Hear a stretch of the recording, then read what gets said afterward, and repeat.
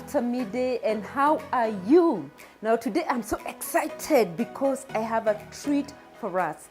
Most of you have been asking me, what book do I recommend or could I recommend for women? And I have a library full of books, and I haven't recommended one yet, but just recently, as I was doing some window shopping, I came across a book that I thought, bas, this is a book for us. The title of the book is Dear Madam President. Oh, don't you just love that title? It's just so awesome. And it's a book by Jennifer Palmieri. And Jennifer Palmieri was the one who was head of Hillary Clinton's presidential campaign. And the book says, an open letter to the women who will run the world. Now, as you can see, the book is brand new. So, because I just got it and I thought about you guys and I thought about our community, and I thought that this would be a good book for this community to discuss, to read and unpack, and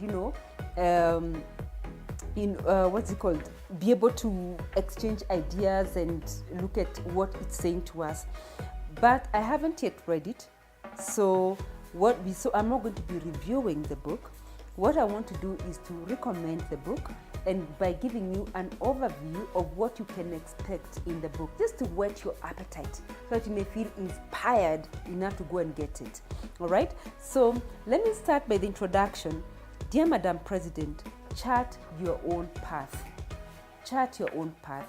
And I like that because it is actually saying to us, in whatever space that you've been called to lead, you have to do it your way, because you can only lead based on your personality and your values. So in as much as leadership principles may be the same, and we can learn and glean some leadership principles from this book as well, your personality and your individuality will always come through as you lead.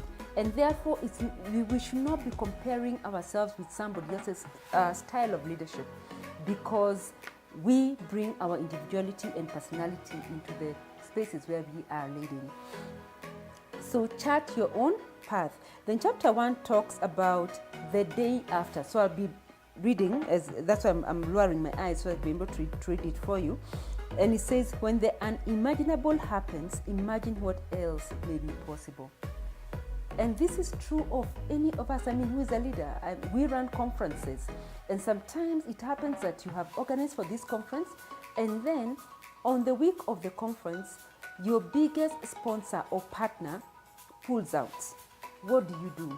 It's almost like the unimaginable has happened. What do? You can only work with what you have. You can imagine what is possible. You're like, what possibilities can I create even with this circumstance that I'm experiencing now? So that's chapter 1. Then chapter 2 talks about move forward, draw the fire. Brace yourself. Nothing draws fire like a woman moving forward. And that's one of my coaching principles. My coaching principle is move people forward. Yes, I've gone through what I've been through. Yes, I've experienced disappointment. Yes, I've experienced failure. Yes, I've been let down. But I can't stay down. I can't roll on the mud. I can't roll on the dust. What I do is that I dust myself off and do what? I move forward. So, and that's what I like about that chapter. It's about telling you that you only draw fire. You only gain momentum by moving forward. And it says nothing draws fire like a woman moving forward. And the more you move forward as a woman, the more you draw fire. You'll draw criticism from people. There are people who will not like you for it. There are people who say, how dare she? Who does she think she is? But imagine, I want to tell you, as an after midday woman, please keep moving forward. No, don't wait for anyone to give you permission to move forward. The fact that you're drawing breath is permission enough for you to move forward. Then chapter 3 talks about in the room. Speak up. Your voice is needed. And you've got to choose the voice and what you want to speak up about. Because you may not, even as much as you are speaking up and using your voice, you want to use your voice in the things that matter to you, or the things that matter. Okay, not just making noise or talking for the sake of talking.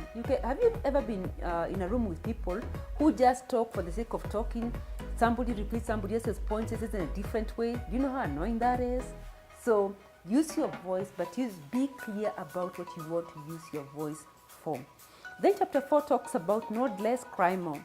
It's your world, and you can cry if you want to. Now, this is a chapter I must say I'm very curious about. Nod less and cry more. Please get the book, because I want us to both explore this and find out what this is about, because I'm very curious about that. Chapter 5 talks about keep your head and your heart during a storm. Just that in itself, I'm like, oh, it's a wrap. Because in a storm, you can very easily lose your head. In fact, there's a lady who said to me, Laimani, if you keep giving everyone a piece of your mind, that's how you end up without a mind. You lose it, you know? So you can't be giving everybody a piece of your mind. So learn to keep your mind intact, but also to keep your heart. I think at the heart is the things that matter most to us. During a storm, don't lose sight of the things that matter to you, your personal convictions and values.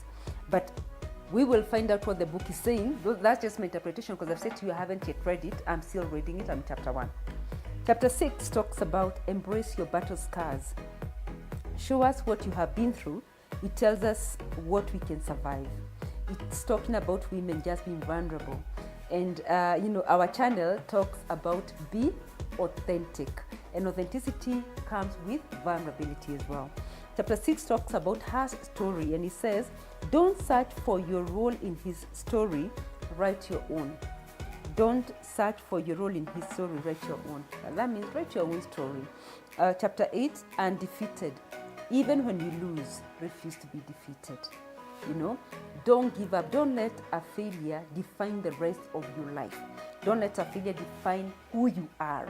Refuse to be defeated. Learn from it, but refuse to be defeated. I want to really read this book. Okay?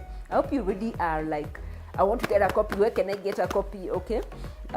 Chapter 9 talks about bound together. We are bound together. Now we need to unite. And this is especially important for us as women. We need to understand the importance of sisterhood, or what we like to call in Africa, udada.